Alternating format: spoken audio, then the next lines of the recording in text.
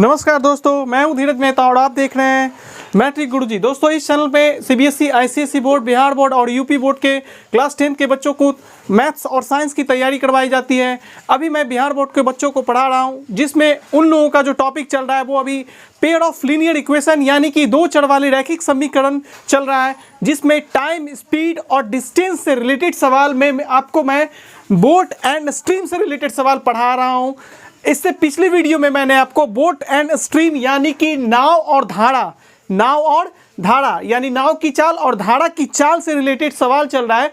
इसका मैंने basic concept पिछले वीडियो में आपको पढ़ाया है। सबसे पहले जाएं और उस बेसिक कॉन्सेप्ट वाले वीडियो को देखें। उसके बाद जब आप यहां आएंगे तो क्वेश्चन बनाने में आपको बहुत ज़्यादा मन लगेगा। आपको इस चैनल पे जो भी मैं आपको पढ़ाता हूँ एनसीईआरटी बुक से रिलेटेड ही होता है। तो पहले क्वेश्चन पे हम देखते हैं, और क्वेश्चन ये नाव और धारा से रिलेटेड सवाल है। दोस्तों, पहला सवाल आपके सामने ये रहा। रितु नाम की एक लड़की है जो कि पानी में तैर रही है, पानी में स्विमिंग कर रही है। तो बोल रहा है कि रितु धारा के अनुकूल दिशा में, ये मतलब होगा दोस्तों, ये जैसे ये धारा बह रही है, ठीक है, ये धारा बह रही है, तो वो लड़की क्या है, ये क्या है, धारा के डायरेक्शन में तैर रही है। एक गर्ल्स है, देखिए गर्ल्स है दोस्तों, एक गर्ल्स है कि धारा के डायरेक्शन में क्या कर रही है, वो तैर रही है, स्विमिंग कर रही है। तो जब गर्ल्स यानी कि रितु नाम की लड़की अगर धारा की दिशा में ही तैरेगी तो सबसे पहले रितु शांत जल में तैरेगी, तो उसका चाल क्या होगा। तो याद रखिएगा, एक चीज याद रखिएगा, स्थिर जल या शांत जल में नाव की चाल बोले या किसी आदमी के द्वारा तैरे जाने की चाल पूछा जाए आपसे, तो वो जो चाल होगा वो नाव का अपना स्पीड होगा, या कोई व्यक्ति अगर नदी की धारा में, अगर नदी शांत पानी है, क्या शांत पानी है, वो पानी स्थिर है, उसमें अगर कोई आदमी तैर रहा है तो तैरने के क्रम में उस आदमी को, उसमें वाटर कोई सपोर्ट नहीं कर रहा है, तो उस आदमी का जो तैरने का स्पीड है वही स्थिर जल में क्या है, नाव की चाल होगी। तो एक चीज याद रखिएगा आप कि जब शांत जल में किसी के तैरने की बात की जाए, किसी नाव के चलने की बात की जाए या किसी जहाज के चलने की बात की जाए, तो शांत जल में नाव का जो चाल होगा वो उसका अपना एक्चुअल स्पीड होगा, ना कि उसमें कोई उसको सपोर्ट कर रहा है कि भाई तू और आगे चल, स्पीड मैं आपको देता हूं। ऐसा नहीं होगा। जो नाव का अपना स्पीड होगा वो खुद का इसका स्पीड होगा। कब? शांत जल में यानी स्थिर पानी में। एक चीज आप समझ गए, यहां पे नोट मैंने आप लिखवाया। अब यहां देखिए, स्थिर जल में तैरने की जो चाल होगी, मान लीजिए रितु है, ये क्या है, रितु नाम की लड़की है, जब स्थिर जल में तैरती है तो उसका शांत पानी में जब तैरती है तो उसका एक्चुअल जो स्पीड है, तैरने का जो स्पीड है उस लड़की का, वो x किलोमीटर पर आवर है। क्या है? x किलोमीटर पर आवर है।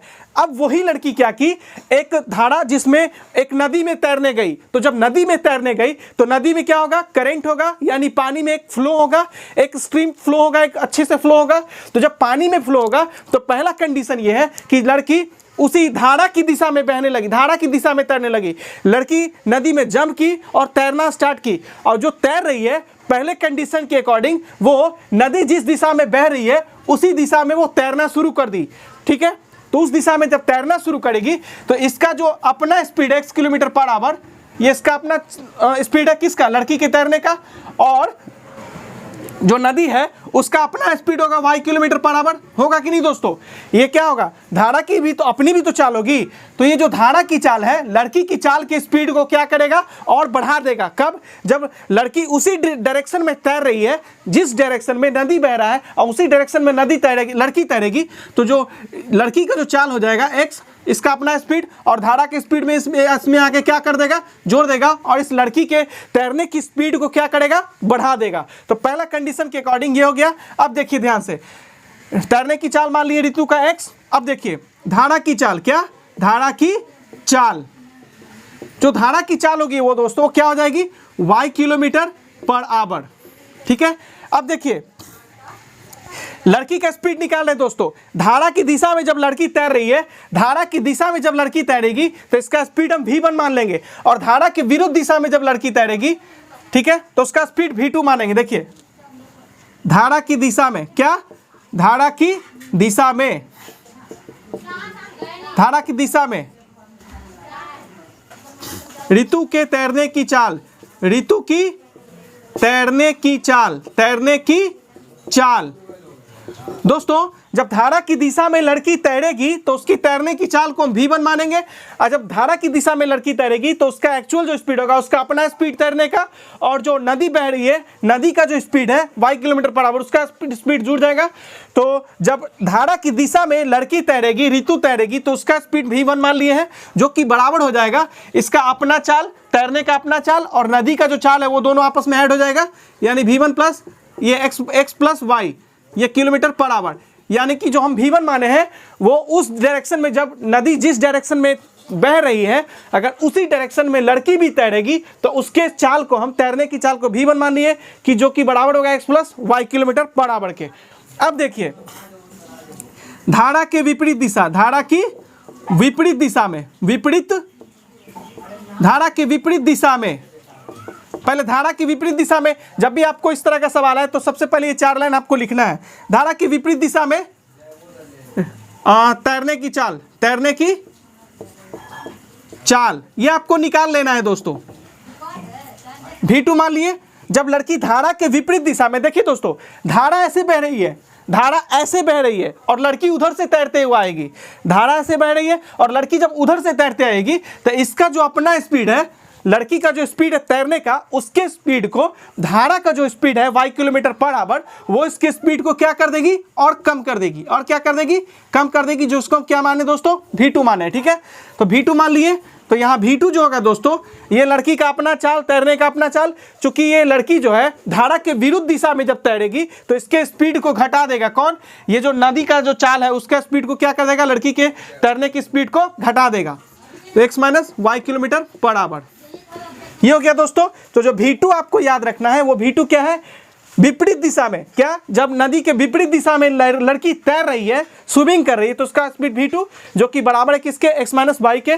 इतना आपको समझ में आया। अब आपको हम आगे बढ़ाते हैं दोस्तों, मैं आपका बेसिक कॉन्सेप्ट पूरा क्लियर कर दूंगा क्वेश्चन के थ्रू। अब देखिए ध्यान से, आप यहां देखिए 2 घंटे में कितना है, 20 किलोमीटर जाती है। तो इस क्वेश्चन में आपको इतना लिखने का जरूरत नहीं था, इस क्वेश्चन में आपको इतना लिखने का जरूरत नहीं था। ये पूरा बेसिक आपका मैं क्लियर कर रहा हूं ताकि आपको हर चीज समझ में आए। अब देखिए दोस्तों क्या बोल रहा है, 2 घंटा में, टाइम है 2 घंटा, 20 किलोमीटर लड़की तैरती है। कहां तैरती है, देखिए ध्यान से, धारा के अनुकूल, धारा के अनुकूल दिशा में 2 घंटा में लड़की जो तैरती है वो कितना, 20 किलोमीटर तैरती है। तो मैंने अभी जस्ट आपको बताया था कि धारा की दिशा में या धारा के अनुकूल लिखे, बात वही है। धारा के अनुकूल का मतलब धारा की दिशा में, अनुकूल का मतलब होता है दोस्तों धारा की दिशा में होता है। ठीक है, तो यहां देखिए धारा के अनुकूल क्या है, ऋतु को जो तैरने की चाल माने, क्या माने, v1, क्या माने दोस्तों, v1। यहां तक समझे आप, ये पहले उतार लीजिएगा आप, ठीक है, ये उतार लीजिएगा। अब क्वेश्चन मैं बताता हूं, ये आप एग्जाम में चाहे तो ये आप नहीं भी उतार सकते अगर आपको एक बार बनाने आ जाएगा तो। ठीक है, देखिए देखिए v1 क्या है, यहां पे देखिए धारा की जब अनुकूल दिशा में चलेगी तो उसका स्पीड लड़की का कितना है, v1 है। तो v1 जब है वो 20 किलोमीटर चली है, लड़की कितना दूर तैरी है, 20 किलोमीटर, और कितने घंटा में गई है। तो जितना दूर जाएगी दोस्तों, जितना टाइमिंग में, उस टाइमिंग से डिवाइड कीजिएगा तो आपको क्या निकल आया, v1। v1 क्या है, मैंने जस्ट आपको बताया है, नदी जिस दिशा में तैर रही, जिस दिशा में बह रही है उसी डायरेक्शन में लड़की जब तैरेगी उसके स्पीड को क्या मैंने माना था, v1। पीछे मैंने आपको ये कॉन्सेप्ट क्लियर करके भी दिखाया था, ये v1 हो गया। अब आप देखिए यहां तक आप समझ गए होंगे, ये v1 आपने निकाल लिया। ये धारा की दिशा में लड़की तैर रही है तो v1 उसके स्पीड को मान लिए, धारा की दिशा में जब लड़की तैर रही है तो उसका स्पीड को क्या मान लिए, v1। अब जब धारा की दिशा की विपरीत दिशा में, क्या दोस्तों, ये धारा ऐसे बह रही है, ठीक है, और लड़की क्या कर रही है, लड़की ऐसे तैर रही है, कैसे, लड़की ऐसे तैर रही है, धारा के विरुद्ध तैर रही है, तो इसके स्पीड को क्या मान लेंगे दोस्तों, इसके स्पीड को हम v2 मान लिए। धारा के विरुद्ध जब तैरेगी तो इसके स्पीड को हम क्या माने, v2। अब v2 जब निकालिएगा तो v2 क्या है, चाल है। v2 क्या है दोस्तों, चाल है। ये चाल निकाल रहे हैं दोस्तों, चाल का फॉर्मूला आता है दूरी बटा चाल, चाल है। v2 क्या बता रहा है, चाल, कैसा चाल, धारा के विरुद्ध दिशा में जब लड़की तैर रही तो उसके स्पीड को, उसकी चाल को, जब लड़की तैर रही धारा के विरुद्ध दिशा में तो v2 माने। तो ये जो चाल बराबर होगा दूरी बटा समय। सेकंड कंडीशन में थोड़ा सा ध्यान देखिए, धारा के प्रतिकूल, धारा के प्रतिकूल यानी कि धारा के विरुद्ध में जो लड़की है वो क्या कर रही है, 2 घंटे में 4 किलोमीटर ही तैर पा रही है। धारा के विरुद्ध दिशा में लड़की 2 घंटा में 4 किलोमीटर तैर पा रही है। तो टोटल दूरी कितना है, 4 किलोमीटर। टाइम कितना ले रही है तैरने में, 2 घंटा, काट दीजिए, यानी 2, ये 10 किलोमीटर पर आवर हुआ दोस्तों, और ये 2 किलोमीटर पर आवर हुआ। चूंकि दोस्तों V2 निकाला मैंने, ये आया। आपको पूछा क्या गया है, देखिए एकदम सिंपल बनाएंगे कैसे, आपको उतना बेसिक लिखने की जरूरत नहीं, जब आप एक बार सीख जाइएगा। धारा के डायरेक्शन में तैरेगा तो ये आपको याद रखना है कि स्पीड V1 मानना है। धारा के विरुद्ध में तैरेगा तो इसके स्पीड को V2 मान लेना है, चाल को। अब देखिए निकाल लिया मैंने। अब क्या आपसे पूछा गया, देखिए ध्यान से, शांत जल में तैरने की चाल, ऋतु के तैरने की चाल। तो मैंने आपको पढ़ाया था, याद है क्या पढ़ाया था, V1 + V2 डिवाइडेड बाई 2। यह क्या था, x था। यही तो शांत जल में चाल था। x क्या बता रहा था, शांत जल में चाल। आपने V1 निकाला, कितना निकाला, 10, प्लस V2 कितना निकाला आपने, 2 डिवाइडेड बाई 2। इसको जोड़िएगा तो 12/2, काटिएगा तो 6, यानी आपका जो 6 आया दोस्तों x का मान, वो किलोमीटर पर आवर। ये क्या बता रहा है दोस्तों, ये उस लड़की के शांत जल में तैरने की चाल को बता रहा है। अब देखिए, एक मैंने आपको और बताया था, धारा की चाल निकालने के लिए फॉर्मूला बताया था, क्या बताया था, V1 - V2 डिवाइडेड बाई 2। ये पिछला वीडियो जो बच्चे देखे होंगे उनको बहुत ही आसानी से चीजें समझ में आ जाएगी। देखिए V1, आप यहाँ पे V1 देखिए क्या है, बताइए जल्दी सा। V1 आपके पास 10 है, माइनस V2 क्या है आपके पास, 2 है, डिवाइडेड बाई 2, तो 8 हुआ, 8/2, काट दीजिए 4। तो जो आपके पास y आ गया दोस्तों, क्या आया, y का जो मान आया वो 4 किलोमीटर पर आवर। ये जो y है दोस्तों, ये क्या है, ये धारा की चाल को बताया, क्या बताएगा, धारा की चाल, धारा की चाल बताएगा। दोस्तों कितना आसान क्वेश्चन था। यह क्या था, स्थिर जल में नाव है तो नाव की चाल, तैरने की चाल। x क्या बता रहा है, स्थिर जल में उस लड़की के तैरने की चाल। ये आपका आंसर रहा दोस्तों। ये तो ऐसे ही मैंने आपको बताया था समझाने के लिए। अगर आपको क्वेश्चन बनाना है तो आप यहां से बनाइएगा। वो जो पिछला मैंने आपको बताया वो बेसिक बताया, ताकि आप चीजों को आसानी से सीख सके। चलते हैं एक नए क्वेश्चन पे। दोस्तों आपके सामने एक नया क्वेश्चन फिर से आ गया है। नाव धारा के अनुकूल दिशा में एक नाव है दोस्तों, जो कि धारा के अनुकूल दिशा में, यानी जिस डायरेक्शन, अनुकूल का मतलब हुआ जिस डायरेक्शन में नदी बह रही है उसी डायरेक्शन में नाव भी चल रहा है। तो देखिए पहला कंडीशन के अकॉर्डिंग बोल रहा है कि 3 घंटा में एक जो नाव है वो 24 किलोमीटर जाती है। मैंने आपको सिंपल वे में बता दिया। तो आपको क्या पूछा है, स्थिर जल में नाव की चाल। तो आपको स्थिर जल में नाव की चाल माननी है, स्थिर जल में नाव की चाल। जब इस तरह का क्वेश्चन आएगा दोस्तों तो आपको लिखना ही पड़ेगा ये सब, ठीक है। x kilometre per hour. जब पानी शांत था और उसमें नाव चल रही थी तो उसका जो अपना स्पीड था x किलोमीटर पर आवर था, नाव का अपना स्पीड था वो, ठीक है। अब देखिए धारा की चाल आपसे पूछा जाएगा, 2 क्वेश्चन पूछेगा, एक बोट का स्पीड पूछा जाएगा और एक धारा का स्पीड पूछा जाएगा। तो आपको यहाँ पे जो पूछा जाता है उसको माना जाता है, ठीक है। देखिए धारा की चाल आपको लिखना है, धारा की चाल मतलब जो पानी है किस फ्लो में बह रही है, कितना स्पीड से बह रही है, पानी का चाल क्या है वो भी आपको पूछेगा।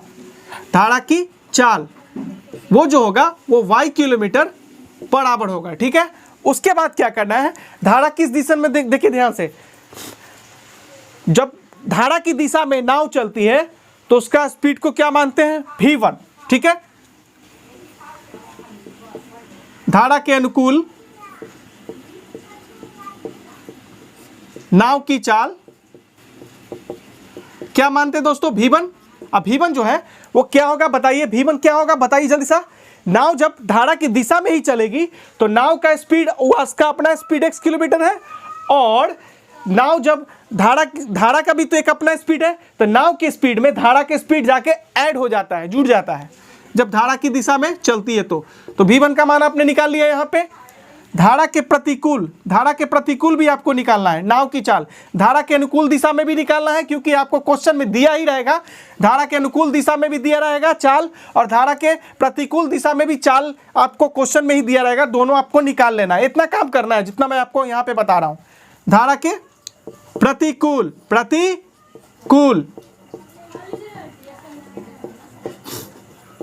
नाव की चाल, जब धारा की प्रतिकूल यानी कि धारा के विरुद्ध में, देखिए दोस्तों पानी बह रहा है ऐसे, और नाव आ रहा है ऐसे, तो पानी जिस डायरेक्शन में बह रहा है और नाव अगर उसके अपोजिट डायरेक्शन में चलना शुरू हो जाए तो उसका स्पीड को आपको v2 मानना है, जो कि अगर धारा है, पानी है, तो पानी का स्पीड तो y किलोमीटर की रफ्तार से बह रही है, जबकि नाव का जो अपना चाल है, नाव का जो अपना स्पीड है उसका अपना x किलोमीटर पर आवर है।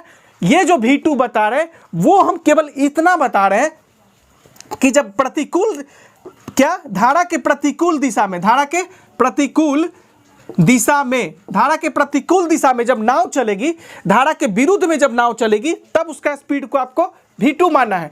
धारा की दिशा में अगर नाव चलेगी तब उसके स्पीड को आपको v1 मानना है। ये जो v1 बताएगा ये इसका नाव का स्पीड और इसका दोनों कंबाइंड में बताएगा, एक साथ मिलाकर बताएगा। v2 जो बताएगा नाव की अपनी चाल और धारा की चाल के दोनों को मिलाकर बताएगा ये v2। बात समझ गए आप? अब देखिए, तो यहाँ x minus y kilometre per hour, चूंकि चाल की बात हो रही है, इतना आपको मानना है। उसके बाद क्वेश्चन में आइए, तो धारा की दिशा में पहला देखिए, ध्यान से क्वेश्चन को पढ़िए। धारा के अनुकूल दिशा में, तो जब धारा के अनुकूल दिशा में कौन सा कंडीशन है, ये वाला, तो कितना चला, v1 माने हुए हैं चाल को, और जब भी चाल वाला फॉर्मूला है दोस्तों तो ये क्या है, ये चाल बराबर दूरी बटा समय होता है, यही फॉर्मूला आपका लगेगा बनाते समय। ठीक है, क्या क्या दिया रहे, क्वेश्चन में आपको दूरी दिया रहेगा, अगर क्वेश्चन में आपको टाइम दिया रहेगा तो आप ये फॉर्मूला अप्लाई कीजिएगा, चाल निकल आएगा। धारा के अनुकूल दिशा में चाल नाव का हम v1 माने हुए हैं, तो v1 बराबर हो जाएगा हमारा दूरी बटा चाल। दूरी 24 किलोमीटर गया है, कितना घंटा में, 3 घंटा में, तो दूरी हमारा हो गया 24 और टाइम टोटल ले रहा है 24 किलोमीटर जाने में 3 घंटे का समय नाव ले रहा है धारा की दिशा में चलने में।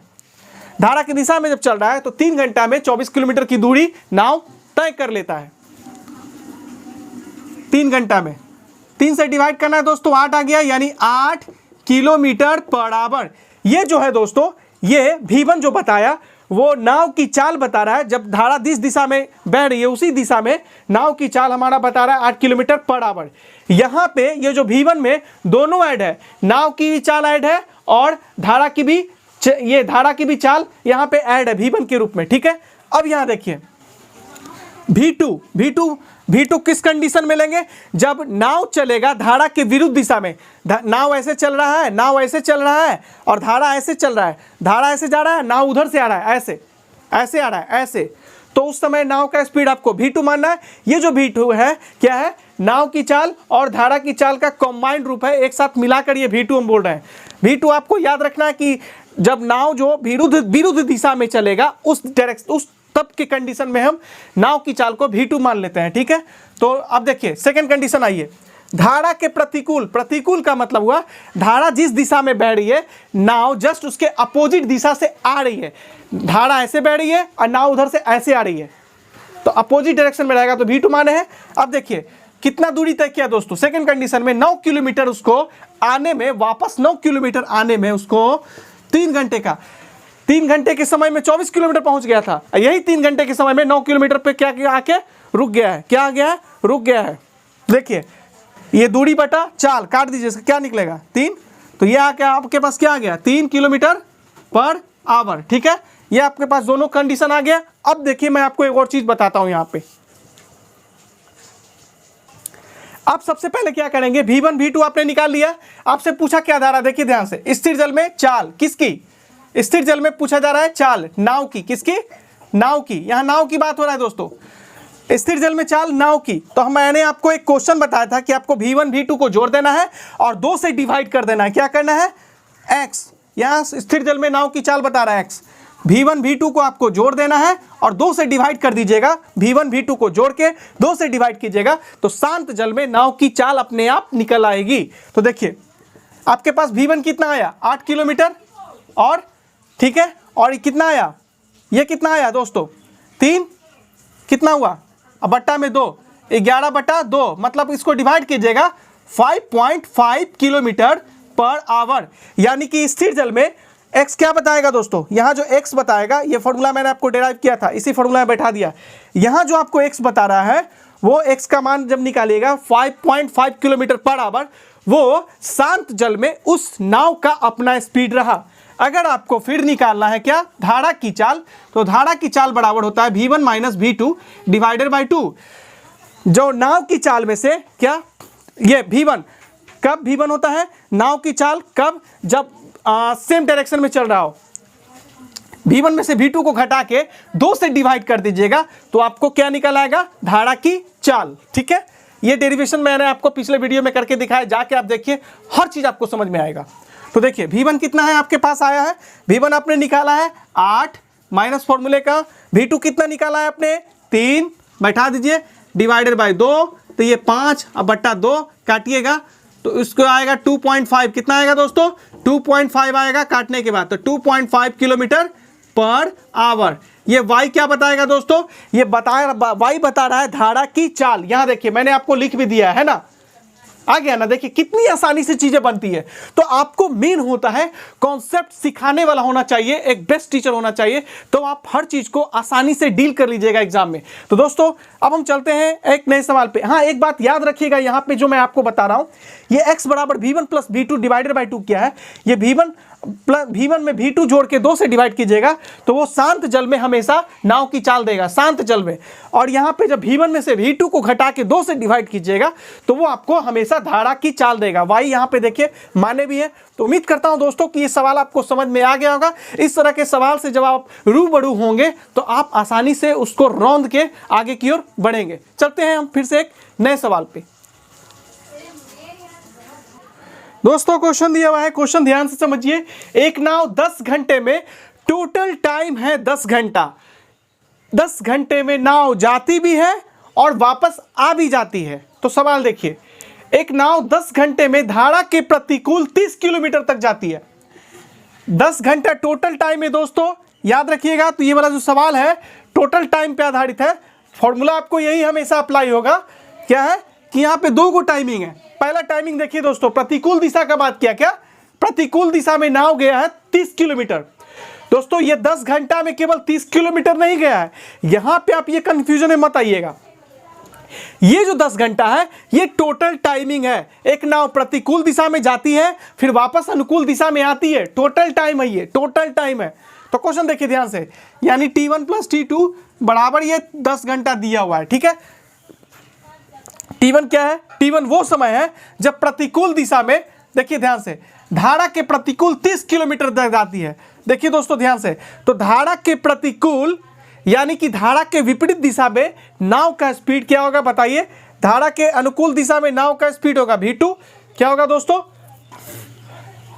सॉरी, प्रतिकूल दिशा, यहां लिखिएगा दोस्तों प्रतिकूल, प्रतिकूल मतलब धारा के विरुद्ध में। तो धारा के प्रतिकूल दिशा में नाव का जो स्पीड है मैंने V2 माना है, मतलब जिस डायरेक्शन में धारा बह रही है उसके जस्ट अपोजिट डायरेक्शन में नाव चल रही है।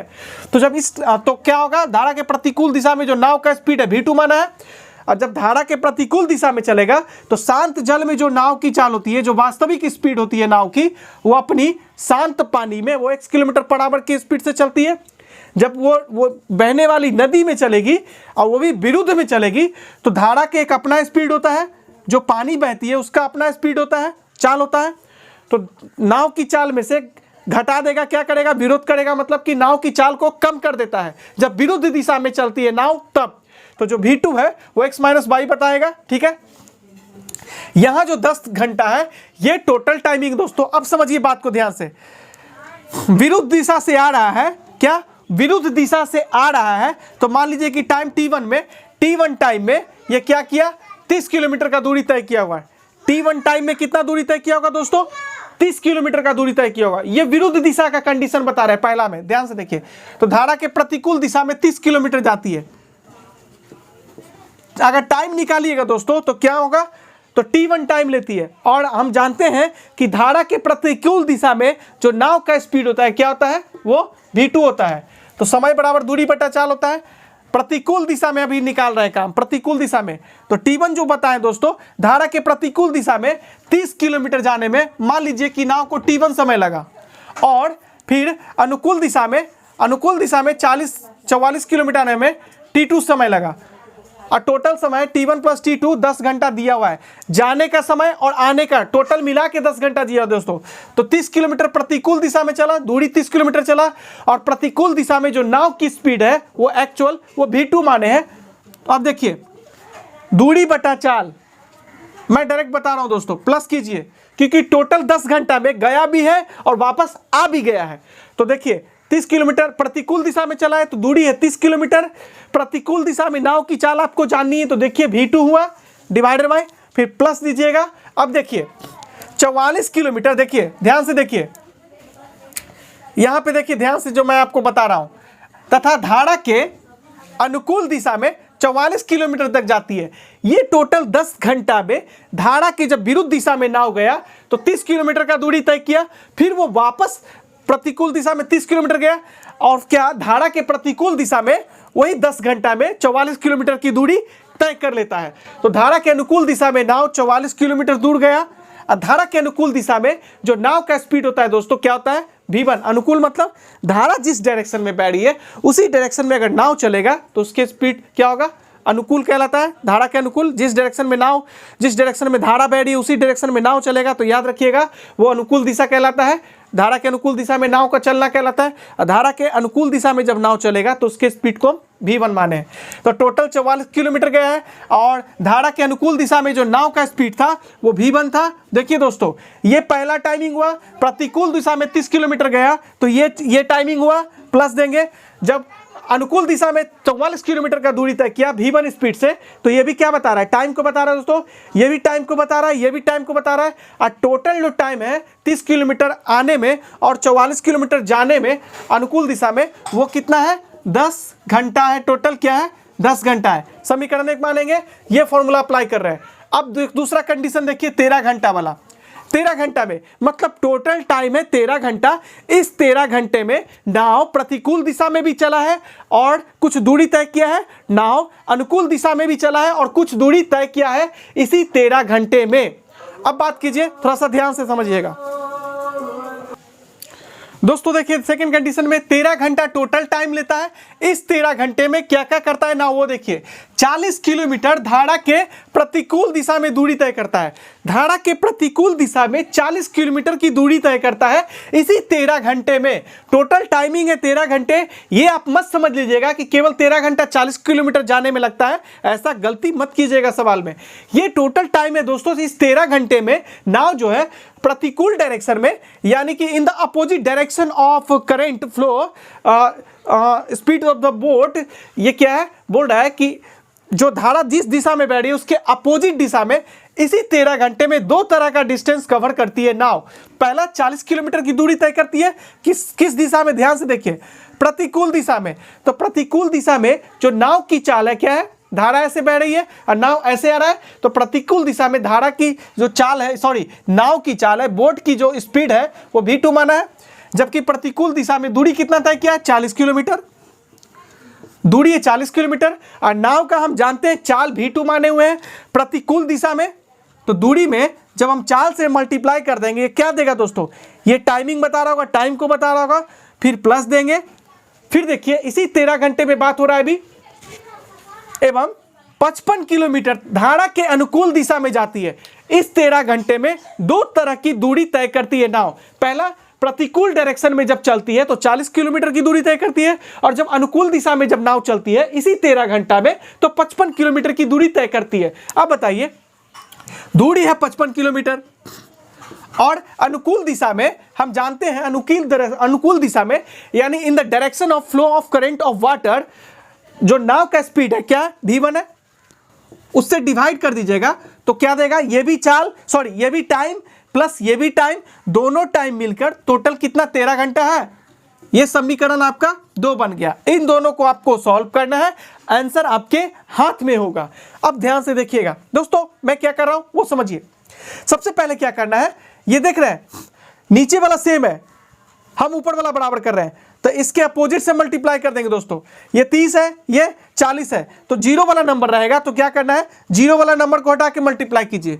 आपको 4 से करना है और इसमें 3 से करना है, तो ये दोनों बराबर हो जाएगा दोस्तों। मैं क्या कर रहा हूं, एक इक्वेशन को काट रहा हूं, v2 को मैं यहां से उड़ाने वाला हूं। देखिए कैसे, नीचे वाला सेम है। 2 फ्रैक्शन बराबर तब होता है जब डेनोमिनेटर के साथ डेनोमिनेटर बराबर हो जाए और न्यूमरेटर के साथ न्यूमरेटर बराबर हो जाए। इसका मतलब हर के साथ हर बराबर हो, तो हर तो दोनों का बराबर है, नीचे में अंश बराबर नहीं है, तो 0 को हटा के अगर हम सोचते हैं तो इसमें 4 से गुना कर देंगे और इसमें हम सॉरी, इसमें हम 3 से गुना करेंगे और इसमें हम 4 से गुना करेंगे, ऊपर वाला नंबर भी आपस में बराबर आ जाएगी। देखिए 4 से मल्टीप्लाई कीजिएगा तो इसमें भी करना पड़ेगा, इसमें भी करना पड़ेगा, इसमें भी करना पड़ेगा।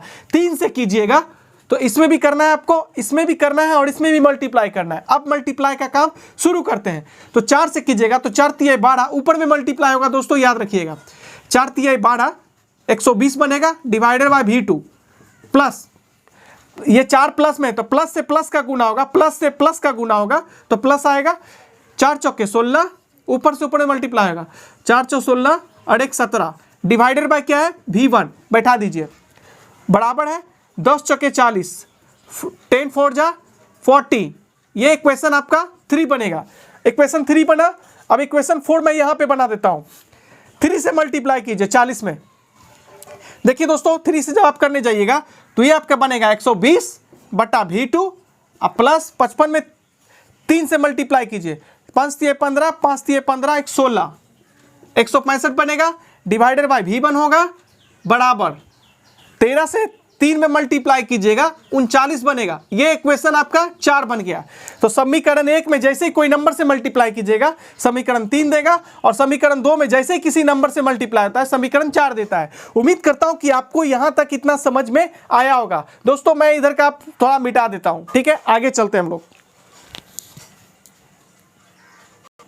दोस्तों आपको समीकरण 3 और समीकरण 4 को सॉल्व करना, आपका आंसर आएगा। देखिए 120 बटा V2, 120 बटा V2 दोनों सेम आ गया है, लेकिन ये अभी नहीं कटेगा क्योंकि दोनों का साइन प्लस में है। तो माइनस करने के लिए यहाँ घटाव लिखिएगा और फिर सब का साइन चेंज हो जाएगा, नीचे वाले का हो गया। दोस्तों ये यहाँ से ये कैंसिल आउट हो जाएगा, आपके पास बचेगा 176 बटा V और 165 बटा V। देखिए 176 बटा V1 बचेगा, माइनस दीजिएगा 165 बटा V1 बचेगा, इज इक्वल टू 40 में से आप 40 में से क्या घटा देना है आपको, 39। देखिए फ्रैक्शन है, फ्रैक्शन है तो फ्रैक्शन का बीच में क्या है, घटा हुआ है। यहाँ V1 निकलेगा दोस्तों, नीचे वाला सेम रहता है तो ऊपर वाला जैसे के जैसे उतार दिया जाता है, ठीक है। आइए इधर कितना आएगा आपके पास, 1 आ जाएगा। कितना आएगा दोस्तों, ये आपके पास 1 आएगा। कितना आएगा, 1 आएगा। अब यहाँ से जब आप निकालिए जाएगा तो ऊपर में 11 बचेगा, ऊपर में 11 नीचे में V1 बराबर 1 डिवाइडेड बाय 1। क्रॉस गुना कीजिए, V1 को गुना कीजिएगा 1 से तो V1 बनेगा, और 11 को गुना कीजिए, फिर बराबर दीजिएगा, फिर 1 को गुना कीजिएगा 11 से तो ये आपके पास 11 आएगा। आपने V1 का मान यहाँ पे निकाल लिया है। आपको फिर क्या करना है, ये V1 बराबर कोई समीकरण जो हल्का लगे देखने में उसमें पुट कर देना है। समीकरण 1 हमको हल्का लग रहा है, यहाँ पे पुट कर देते हैं, V2 का मान निकल आएगा। समीकरण 1 में V1 बराबर 11 रखने पर, देखिए दोस्तों ये है समीकरण 1, 30 बटा V2 प्लस 44 बटा V1 बराबर 10 है। देखिए V1 जहां पे है वहां पे 11 पुट कर दीजिए, 30 बटा V2 प्लस 44 बटा 11 बराबर 10। 11 से काटिएगा 44 को तो 4 बार में कट जाएगा, तो 30 बटा V2 जो आएगा आपके पास 10, आइए 4 को उधर फेंक दीजिएगा दोस्तों तो -4 हो जाएगा जो कि 6 दे देगा। कितना दे देगा, 6। तो 30 बटा V2 बराबर 6, क्या है 6। ऊपर पर कट रहा है तो काट दीजिए, 6 से कटेगा 30 5 बार में, तो ये एक खुद को एक बार में काटेगा तो V2 को गुना कीजिएगा 1 से तो V2 देगा, और 5 को गुना कीजिएगा कितना 1 से तो ये आपके पास कितना आ जाएगा दोस्तों, 5 आ जाएगा। कितना आ जाएगा, 5। तो आपके पास जो निकल गया है दोस्तों, क्या निकला आपके पास, थोड़ा सा ध्यान से देखिएगा। तो आपने जो V2 का मान निकाला 5 किलोमीटर पर आवर, और V1 का मान जो निकाला आपने, V1 का मान 11 किलोमीटर पर आवर आपने निकाल लिया है। उम्मीद करता हूं कि V1 और V2 का मान आपने अच्छे से निकालना सीख लिया होगा। चूंकि हमको पूछा जा रहा है शांत जल में नाव की चाल, देखिए ध्यान से, धारा की चाल पूछा जा रहा है और नाव की चाल पूछा जा रहा है, ठीक है। शांत जल में जब भी पूछेगा तो शांत जल में। आइए चलते हैं और आगे बताते हैं। देखिए दोस्तों आपको पूछा गया है नाव की चाल। नाव की चाल आपने माना हुआ है यहाँ पे x किलोमीटर। x निकालने का फॉर्मूला बताया था मैंने, दोनों स्पीड को जोड़ दीजिएगा, V1 V2 को जोड़ दीजिएगा। जो निकाला आपने, V1 का मान आपने 11 निकाला था, V2 का मान आपने 5 निकाला था, डिवाइडेड बाय 2 कर दीजिए तो 16 बटा 2 आएगा, काट दीजिए, ये आपके पास 8 आएगा। तो आपने x जो निकाला 8 किलोमीटर पर आवर, ये बताएगा आपको शांत जल में नाव की चाल। एक्स बता रहा है ना यहाँ पे, देखिए ध्यान से, शांत जल में नाव की चाल बता दिया। अब हमको निकालना है क्या, धारा की चाल। देखिए ध्यान से, धारा की चाल भी पूछ रहा है आपसे, ठीक है, और नाव की चाल पूछ रहा था। तो धारा की चाल क्या माने यहाँ पे, ध्यान से देखिए, धारा की चाल y माने हैं। तो जब y निकालना हो, v1 और v2 आप निकाल लिए हैं आपने, तो क्या करना है, v1 में से v2 को घटा देना है और 2 से डिवाइड करना है, तो y जो बताएगा वो धारा की चाल को बताएगा। तो v1 आपने कितना लाया है, देखिए आपने 11 लाया v1 का मान, माइनस v2 आपने कितना लाया है, तो 5 किलोमीटर लाया आपने, डिवाइडेड बाई 2 कीजिएगा, तो ये 11 में से 5 गया, 6 डिवाइडेड बाई 2 काटिएगा तो 3, यानी y का मान जो आ गया दोस्तों 3 किलोमीटर पर आवर। y का मान 3 आया ना। अब y क्या है, तो चाल है, किसकी चाल है, धारा की चाल है। तो दोस्तों किस तरह से हम निकालते हैं आसान तरीके से, ये क्वेश्चन अगर आप बनाइएगा दूसरे मेथड से तो आपको 2 पेज में लगेगा, लेकिन जब आप बनाना सीख जाइएगा तो ये चारों लाइन लिखना जरूरी नहीं होता है, लेकिन हाँ ये दोनों लाइन लिखना बहुत इंपॉर्टेंट है, ठीक है। लेकिन ये चारों लाइन आप लिख के एग्जाम में बनाइएगा, आपका 1 नंबर भी नहीं काटा जाएगा। एग्जामिनर को भी तो पता होना चाहिए कि आपने किया क्या है। तो किस तरह से देखिए दोस्तों, ये नाव की चाल x क्या है, देख लीजिए ध्यान से, नाव की चाल है, y क्या है, देखिए ध्यान से, धारा की चाल y माने हैं, तो आपने धारा की चाल भी निकाल लिया और x की ये नाव की चाल भी आपने शांत जल में निकाल लिया। दोस्तों उम्मीद करता हूं कि आपको सवाल समझ में आया होगा, तो देख लीजिए आप और आसानी से आप घर पे प्रैक्टिस कीजिएगा तो क्वेश्चन बना लीजिएगा। दोस्तों अगर आपको हमारा क्लास पसंद आता है तो प्लीज़ चैनल को सब्सक्राइब करें और अपने दोस्तों को बीच भी चैनल शेयर करें, ज़्यादा से ज़्यादा छात्रों तक ये चैनल पहुँचाएं ताकि वो भी फ्री में मैट्रिक बोर्ड की तैयारी कर सकें। अभी मैं आप बिहार बोर्ड के बच्चों को पढ़ा रहा हूँ, आगे चलकर मैं कुछ मंथ, मान लीजिए 1 मंथ बाद ही मैं यूपी बोर्ड के बच्चों को भी थोड़ा ध्यान में रखकर स्टार्ट कर दूंगा उनका भी, और सीबीएसई आईसीएसई बोर्ड के बच्चों को इस चैनल पे साथ में तैयारी करवाई जाती है मैथ्स और साइंस की। तो दोस्तों अगर आपको हमारा वीडियो पसंद आता है और पढ़ाई पसंद आता है तो प्लीज़ चैनल को सब्सक्राइब करें और अपने दोस्तों के बीच शेयर करें। हम मिलेंगे अगले वीडियो में, तब तक के लिए धन्यवाद। जय हिंद, वंदे मातरम।